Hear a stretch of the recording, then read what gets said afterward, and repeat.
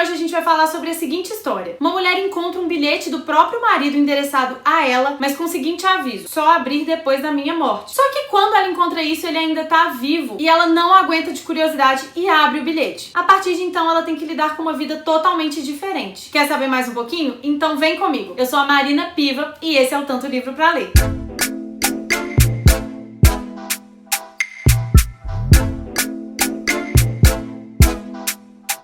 Começar o vídeo, aquele pedido de sempre, se inscreve nesse canal e se for comprar alguma coisa na Amazon, usa meu link, eu vou deixar ele aqui na descrição desse vídeo e se você comprar por meio dele, você me ajuda, patrocina esse canal e não paga nada a mais pela sua compra. Recados dados, vamos começar o vídeo de hoje. Como vocês podem perceber, se você já tá aqui no canal há mais tempo, hoje eu tô num cenário um pouco diferente. Se você me acompanha no Instagram já sabe que eu tô provisoriamente fora de casa, que eu tô em São Paulo esses dias, mas não quis deixar vocês sem conteúdo, então dei uma improvisada num cenário aqui na casa onde eu tô. E se você não me segue no Instagram, segue lá, é @tantolivropraler. E por estar fora de casa também, eu tô sem o livro que a gente vai falar hoje, que é O Segredo do Meu Marido, mas eu vou deixar a capa da edição que eu li em algum lugar da tela aqui pra vocês verem. E vamos falar um pouquinho sobre ele naquele mesmo esquema de outros vídeos que eu já fiz aqui no canal. Vou falar um pouquinho da história, a princípio sem spoiler, pra você ver se te interessa, se é um livro que você gostaria de ler. E depois eu vou falar um pouco do restante da história, com spoiler e um pouco de comentários sobre a minha experiência de leitura. Mas pode deixar que eu aviso assim que os spoilers forem começar, pra você que não quer pegar nenhum spoiler, que quer ler o livro, poder parar o vídeo. E aí depois, quando você ler e quiser voltar, confere o restante do vídeo pra ver se você concorda comigo, se você quer discutir algum ponto comigo, deixa nos comentários também. E assim eu não atrapalho a experiência de ninguém. Combinado? Então vamos lá. O Segredo do Meu Marido é da autora Liane Moriarty, que é uma australiana que já lançou um monte de outros sucessos. Pequenas Grandes Mentiras é dela, Nove Desconhecidos é dela também. E esses dois já foram adaptados para séries. Eu não assisti Pequenas Grandes Mentiras porque eu quero ler o livro, mas Nove Desconhecidos eu já li, já assisti a adaptação. No papel principal de Nove Desconhecidos a gente tem a Nicole Kidman e eu adorei a série. Ela tá disponível atualmente no Prime Video. Eu fiz algumas considerações sobre ela no meu Instagram também, lá nos stories, mas eu acho que eu vou fazer um vídeo sobre o livro e a série também, mas isso é assunto para outro vídeo. Eu ainda pretendo ler vários outros livros dessa mesma autora. Eu gosto muito da escrita dela, é bem divertida, é aquele tipo de autora que trata de temas um pouco pesados, mas de forma leve, divertida. Eu gosto muito disso, já falei isso aqui várias vezes. Então pretendo conhecer em breve Pequenas Grandes Mentiras, O que a Alice Esqueceu.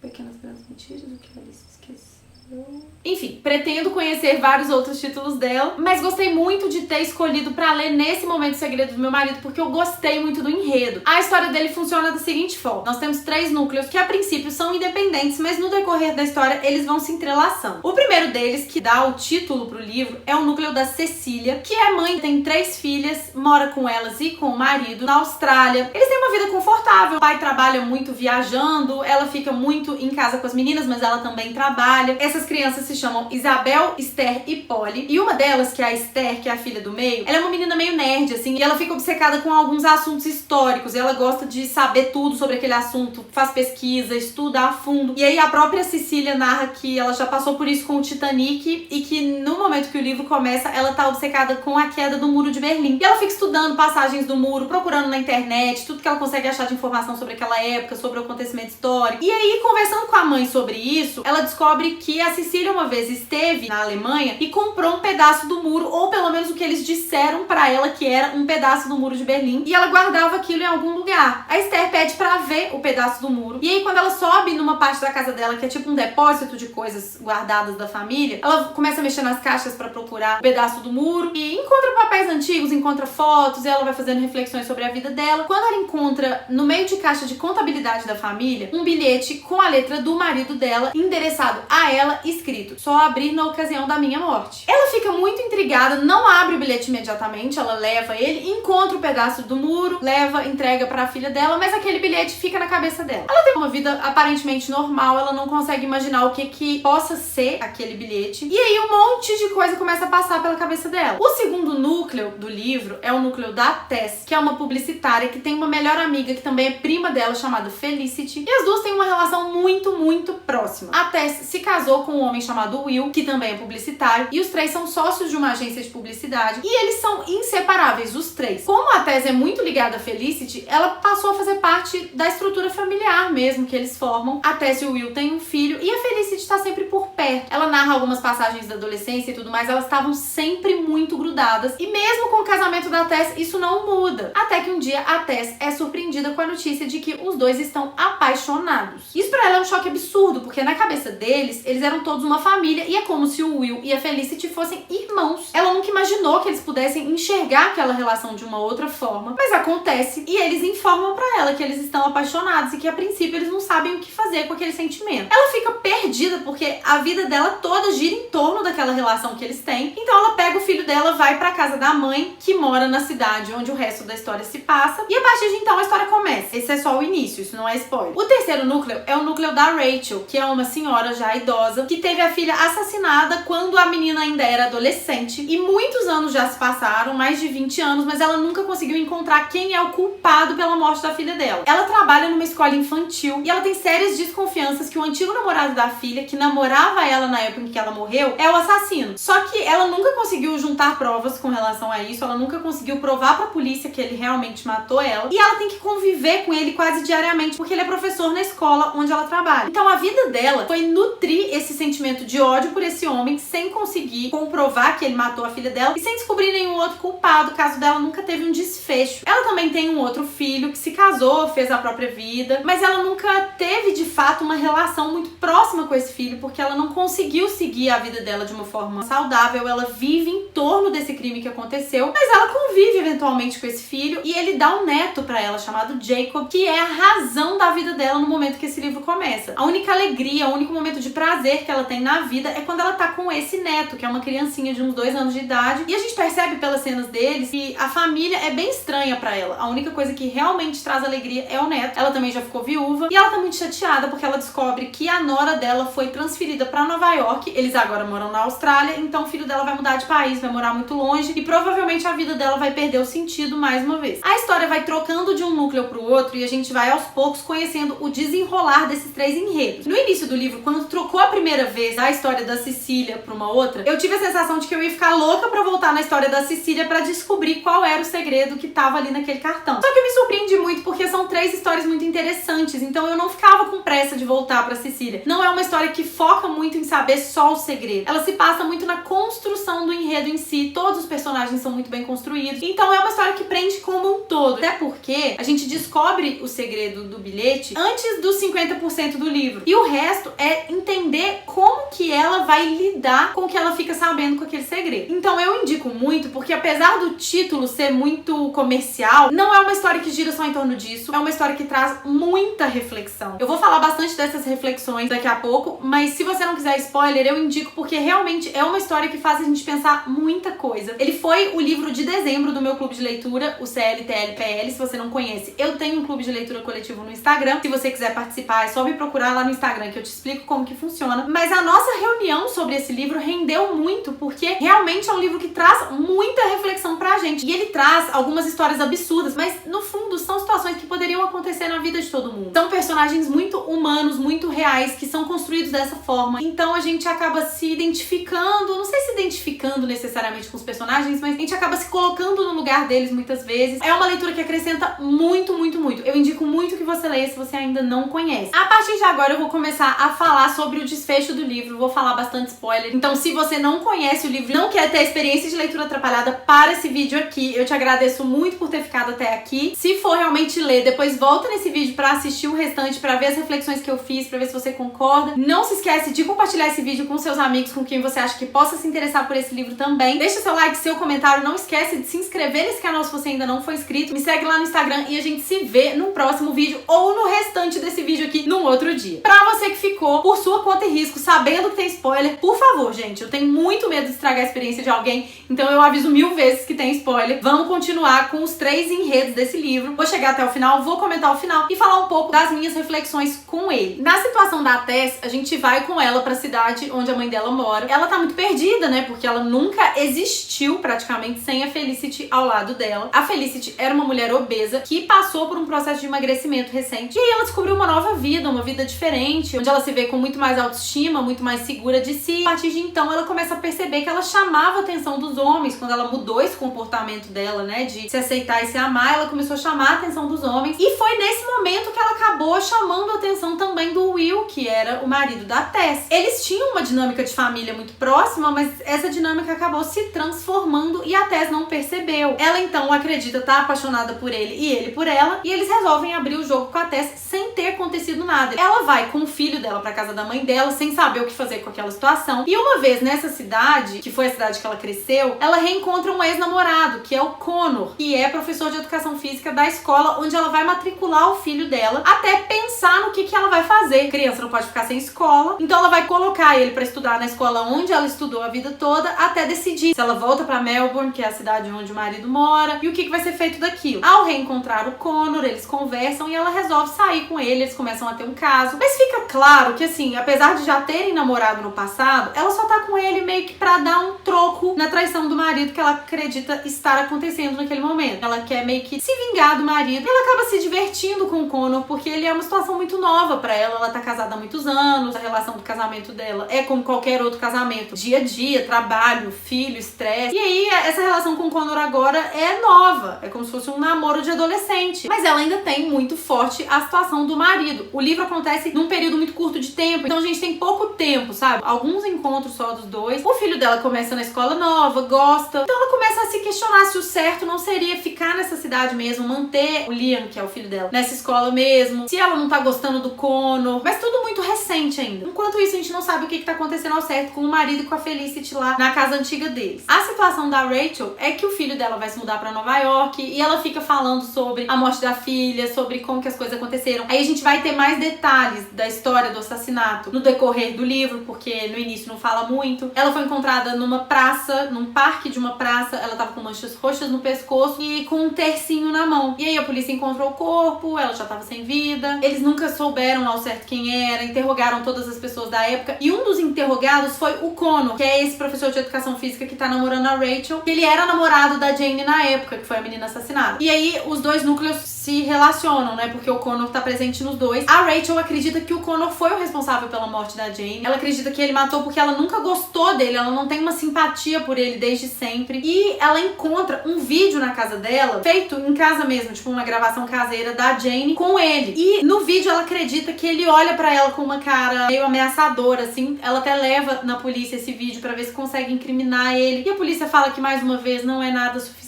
Então a gente percebe que ela tenta incriminar o Connor pela morte da filha dela, enquanto o filho dela vai seguindo a própria vida. A gente percebe que na relação deles o filho sempre tenta agradar, a nora dela sempre tenta ser uma pessoa agradável, mas ela não valoriza isso. Ela tá sempre muito focada na situação da Jane. Ela não se permite se divertir, ela não se permite amar outras pessoas. O pensamento dela é sempre voltado pro fato da filha dela não estar ali. Ela tem essa coisa muito forte nela, ela se pune o tempo todo por isso. Então ela não consegue ter relação com esse filho, e isso dá um pouco de aflição, porque ela reclama da nora, ela fala mal dela, mas a gente percebe que é uma pessoa ótima, que é uma pessoa que só quer agradar, que só quer fazer o bem pra ela. E ela não consegue perceber. Essa é uma das reflexões muito fortes que esse livro me trouxe, porque a Rachel fica a vida inteira focada num luto e esquece de viver a vida dela. Não é que ela esquece, ela não consegue, na verdade. Mas ela não busca ajuda com relação a isso. E fazendo uma reflexão pra nossa vida, às vezes a gente faz isso mesmo, a gente foca em algumas coisas ruins que acontecem e esquece de formar novas memórias.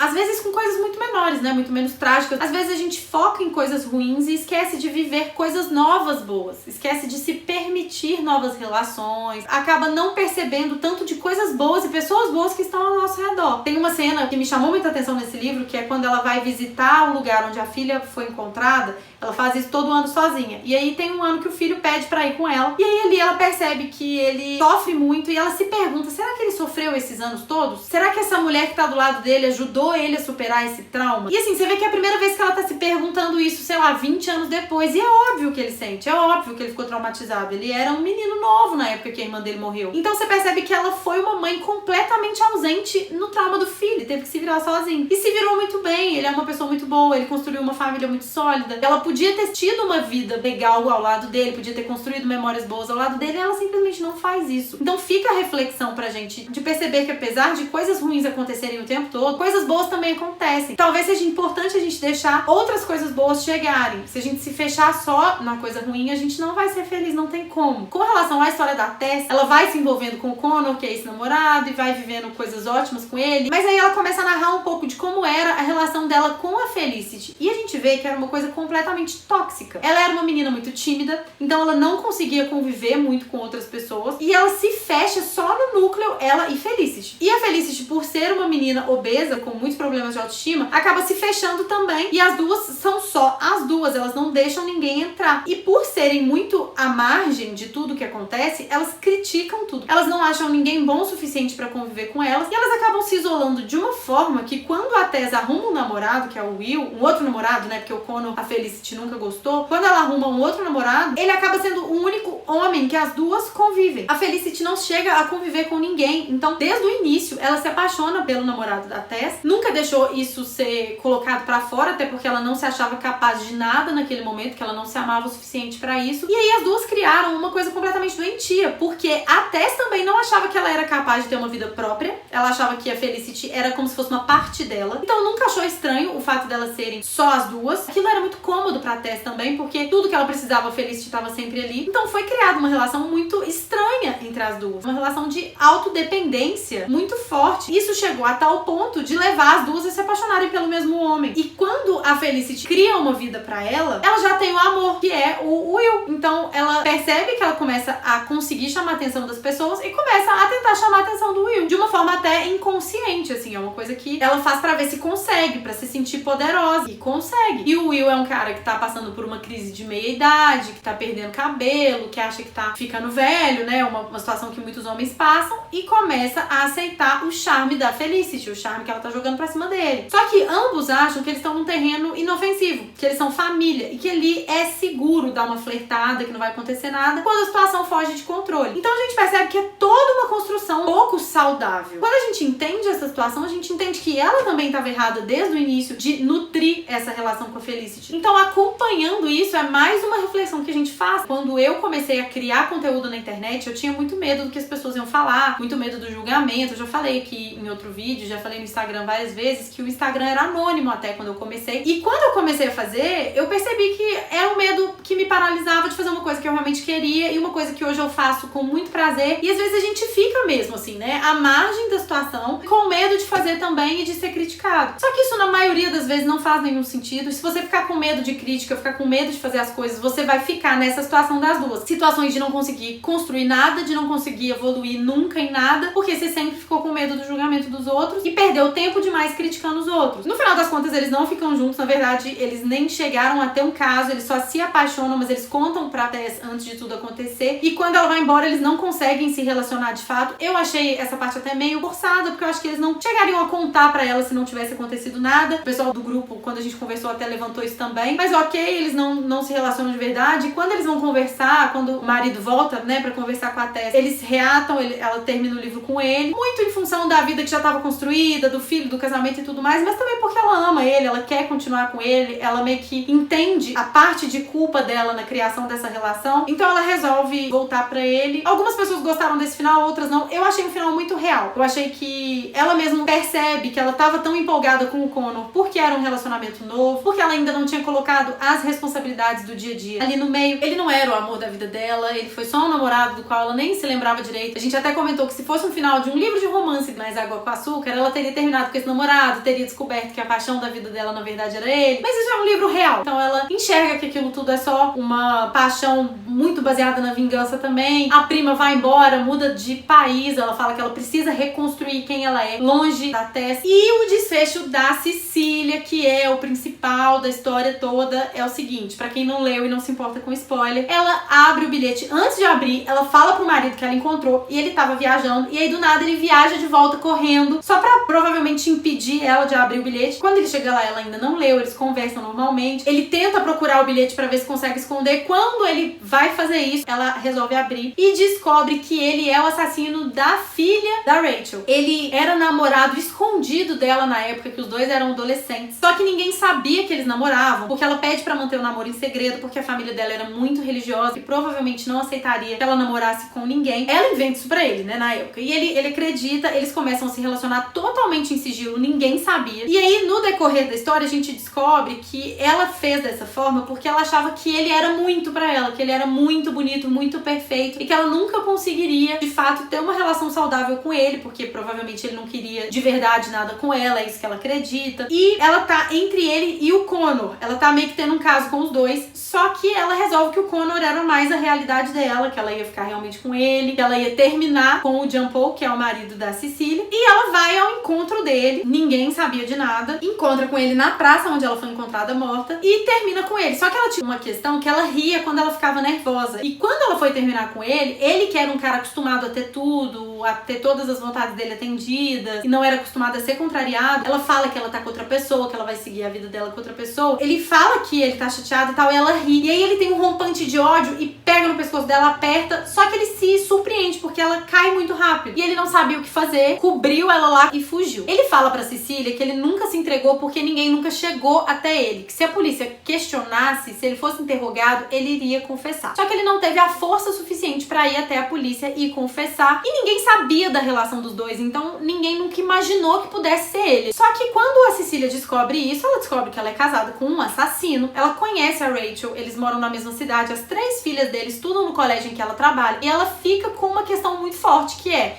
eu entrego ele ou não, porque a partir de agora ela se sente cúmplice de um segredo que ele guarda desde sempre. E aí ela descobre também que a vida dele foi construída com base nisso que ele fez. Ele tem uma culpa muito absurda, ele fazia coisas que ele não gostava pra, entre aspas, pagar o que ele fez na cabeça dele, assim, pelo menos na consciência dele. Só que eles têm 3 filhas, e a filha mais velha dele, quando ela começa a crescer, começa a ficar parecida com a Jane, e aí ele começa a ter alguns comportamentos estranhos que a Cecília até fala no início do livro. A filha mais nova fala pra ela que pega o pai olhando pra irmã mais velha de um jeito meio estranho. Ele teve muita depressão durante a vida, vários períodos de depressão. Ele tem uma claustrofobia muito, muito forte, que provavelmente se desenvolveu porque ele imaginava que ele seria preso eventualmente. Então a vida dele foi toda pautada num sentimento de culpa absurdo. Mas agora que ela descobriu, ela sabe que a vida dela nunca mais vai ser a mesma. Ela tá dormindo do lado de um cara que matou uma pessoa. Então tudo pra ela vira de cabeça pra baixo. Ela que era uma pessoa que controlava tudo, que controlava a vida inteira das filhas, era uma excelente mãe, trabalhava e tudo mais, ela se vê completamente perdida, sem rumo, sem saber o que fazer. E eles ainda estão na situação de entender o que vai acontecer quando vem a reviravolta do livro. Essa reviravolta eu achei, assim, absurda. Eu achei um negócio muito bem construído. Na verdade, o que fez o livro inteiro pra mim foi o epílogo. Porque, assim, horas depois que eu li pensando naquilo. Mas antes do epílogo ainda tem uma reviravolta muito grande, que é o seguinte: a Polly, que é a filha mais nova da Cecília, estuda no colégio onde trabalha a Rachel e onde trabalha o Connor. E ela é uma criança de 6 anos, só que ela tem uma paixonite infantil pelo Connor, que é o professor de educação física. Quando, numa manhã de feriado, tentando manter as coisas bem próximas do normal para as crianças, né, não sofrerem, não perceberem nada, eles vão sair com as 3 para fazer uma caminhada na manhã do feriado de Páscoa, quando a Polly vê o Connor. O Connor, nesse momento, tá esperando encontrar com a Tess, que falou que ia com o filho dela encontrar com ele para eles passarem uma manhã divertida. Só que nesse meio tempo, a Felicity chegou lá na casa da Tess, elas tiveram uma conversa. O desfecho das 3 histórias é junto. Então, enquanto tá acontecendo essa conversa deles, o Connor percebe que vai tomar um bolo da Tess, que ela não vai aparecer lá, e resolve ir embora. Nisso que ele tá indo embora, a Polly tá de bicicleta, vê ele e resolve ir atrás dele, porque ela ama ele. E os pais, num segundo de bobeira, porque é assim, né, coisa com criança é 1 segundo, a gente já viu aí milhares de acidentes e situações que acontecem com criança. É 1 segundo de bobeira, ela vai pedalando na direção dele, quando vem a Rachel dirigindo. Ela acabou de sair da casa do filho dela, que tá se despedindo, tá arrumando as coisas pra ir pra Nova York, e ela tá extremamente deprimida, porque ela sabe que a vida dela vai perder o sentido de novo. O único sentido que ela tinha na vida era o neto. Quando ela vem dirigindo, ela vê o Connor, que é quem ela acredita que matou a filha, atravessando a rua. Ela perde a cabeça, completamente deprimida, acelera pra atropelar o Connor, quando a Polly vem de bicicleta e entra na frente do carro da Rachel. Ela atropela a criança sem ter tempo nenhum pra nada, pra pensar em nada, porque ela tava muito rápida tentando atingir o Connor, que se livra, não acontece nada com ele. E os pais dela vêm logo em seguida, aquela correria pra ir pro hospital. A Rachel se sente extremamente culpada, vai pro hospital com eles, ela sabe o que significa perder uma filha, então ela vai pedindo mil desculpas, não sei o que. A Polly tá na UTI, a gente ainda não sabe se ela vai sobreviver, se não vai, o que vai acontecer. Quando a Rachel tem uma crise de consciência e conversa com a Cecília, fala, olha, eu tenho que confessar pra você, eu não tava dirigindo normal, eu acelerei porque eu queria matar o Connor. Foi um segundo de desespero que eu tive, eu queria atropelar ele porque eu acredito que foi ele que matou a minha filha. Nisso a Cecília percebe que no final das contas tudo foi culpa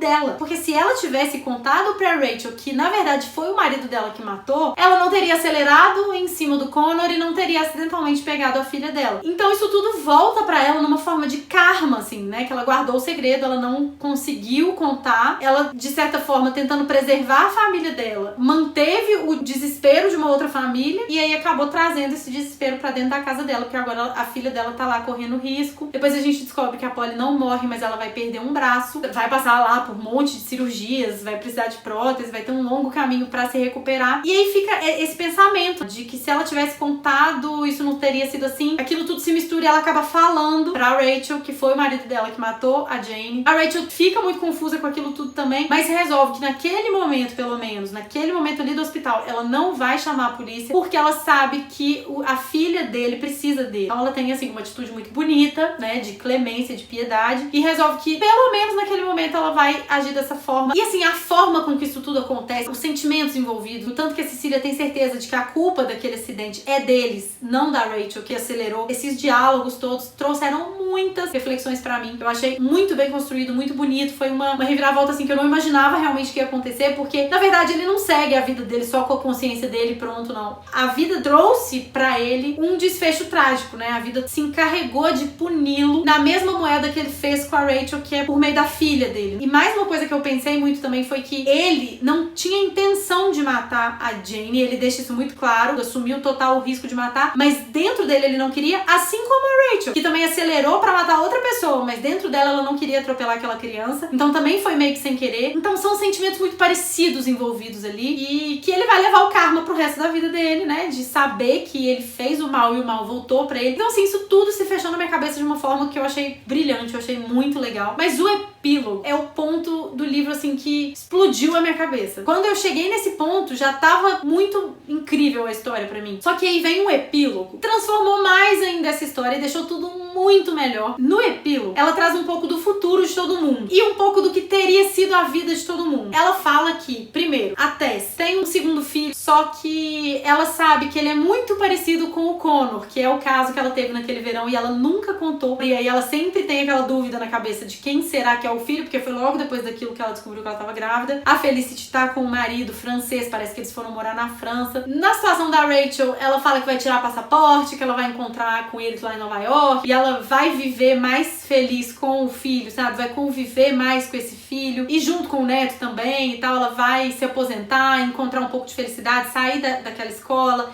Ela fala que pode ser que um dia ela decida entregar o culpado realmente pela morte, pode ser, mas até aquele momento ela não tomou essa decisão. E principalmente, o ponto principal, dois na verdade, um deles é que a Jane tinha uma síndrome que chama síndrome de Marfan, que fazia com que ela tivesse algumas características que ela tem, que a gente sabe que ela tem no decorrer do livro, mas que, pra falar a verdade, eu nem me atentei pra isso, tá? Teve gente no clube que já tinha se atentado pra alguns sintomas que ela sentia durante as narrativas, mas eu não tinha me atentado. E que, na verdade, no momento em que ele põe a mão nela, ela já tava tendo uma crise por causa dessa doença e ela tem um aneurisma que mata ela. E como ela já tava com manchas no pescoço quando ela foi encontrada e a família dela era muito católica, eles pediram pra que a autópsia fosse muito superficial e isso foi aceito. Ela foi tida como estrangulada mesmo. Mas se a família não tivesse pedido isso e se o médico não tivesse muito gripado no dia e acabou aceitando o que a família pediu e dando lá no atestado que ela realmente foi enforcada, eles teriam percebido que ela, na verdade, teve um aneurisma, ela não morreu enforcada. E com isso, não foi o John Paul que matou, apesar de ter acreditado que foi. Obviamente que ele era um agressor, né? Lógico que ele merecia ter sido punido pela agressão, mas não foi ele que matou. E aí fala no epílogo que ele não segurou tempo suficiente, nem com a força suficiente pra matar uma pessoa. Quando ela vai encontrar com ele, ela já tá com alguns sintomas e a gente acredita que é porque ela tá nervosa. Mas na verdade ela já tava tendo uma crise em função dessa síndrome que ela tem. Só que isso ninguém nunca vai saber. E a outra coisa que a autora conta também é que a Polly, que era criança de 6 anos, ela teria um aniversário dali a poucos dias e que ela ia ganhar uma raquete de tênis da madrinha dela e que ela ia ser descoberta como um grande talento do tênis poucos dias depois daquilo. Era esse o propósito dela, mas ela foi atropelada, perdeu um braço e isso nunca vai acontecer. E aí eu pensei muito sobre isso que o livro trouxe, assim, que algumas coisas a gente nunca vai saber. Tem muita coisa na nossa vida que a gente acredita que aconteceu, mas que às vezes não aconteceu e ninguém nunca vai saber. As crenças da gente se misturam com os fatos e é daí que a gente tira as nossas verdades. E isso ficou muito forte pra mim depois que eu terminei esse livro. A forma com que o epílogo acontece é muito forte pra mim. É aquela história de efeito borboleta que a gente até falou na reunião, mas é uma coisa que não tem nem muito como a gente pensar, porque senão a gente não vive. Que é, e se tivesse acontecido alguma coisa? Se a Jane não tivesse encontrado pra terminar com o John Paul naquele dia, e se ela tivesse encontrado com a mãe teria levado ela pra médica e a médica teria percebido que ela tava tendo uma crise e teria salvado a vida dela. Assim como pequenas coisas que a gente faz também. Às vezes um simples compromisso, uma decisão pequena, coisas muito pequenas mudam o curso da vida da gente pra sempre. Na minha adolescência, eu vi o Efeito Borboleta, que é um filme que acho que é com Ashton Kutcher, que é um livro que fala sobre isso. Eles voltavam e mudavam decisões e a partir daí o destino era completamente diferente. Esse filme já me fez pensar muito sobre isso quando eu tinha lá meus 15 anos. Mas hoje a percepção disso é ainda maior, assim, depois de mais vivência, pensar sobre isso é ainda mais maluco. E nossa, eu indico muito. Se você chegou até aqui, provavelmente você já leu, mas se não leu e mesmo com esses spoilers quiser tentar, é uma leitura que me fez pensar demais. Desde que eu terminei de ler o livro, algumas coisas bem inacreditáveis já aconteceram na minha vida e me fizeram pensar no livro. Eu acho que eu já filosofei muito no vídeo de hoje, mas é porque esse livro pede, esse livro é especial por causa desse tanto de reflexão que ele me trouxe. E eu espero que vocês tenham gostado do vídeo de hoje, espero que vocês tenham refletido comigo. Não deixe de encaminhar esse vídeo pra alguém que você acha que possa gostar do livro ou que já tenha lido. Manda pros seus amigos, pessoal do trabalho, porque isso me ajuda muito a divulgar meu trabalho por aqui. Deixa seu comentário, vem conversar comigo, deixa seu like também. Não se esquece de se inscrever nesse canal, porque isso faz muita diferença pra mim aqui, pra eu fazer cada vez mais conteúdo pra vocês. Compra no meu link da Amazon sempre que possível, sempre que vocês forem comprar alguma coisa na Amazon. Usa meu link pra patrocinar meu conteúdo. E eu espero que vocês tenham gostado do vídeo de hoje, improvisado, mas com muito carinho. Eu te espero no próximo. Um beijo e tchau!